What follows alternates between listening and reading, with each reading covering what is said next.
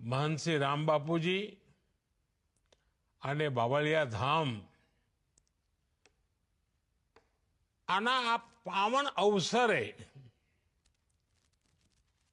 મને સહભાગી બનાવવાનો જે અવસર મોકો મળ્યો, મારે માટે ખુશીનો પાર નથી. મારા માટે આભારના શબ્દો ઓછા પડે, ઉપરથી મારે તો ક્ષમા માગવી પડે કે આવા પવિત્ર અવસરે હું આવી નથી શક્યો, કારણ તમારો બધાનો મારા પર પૂરેપૂરો હક છે.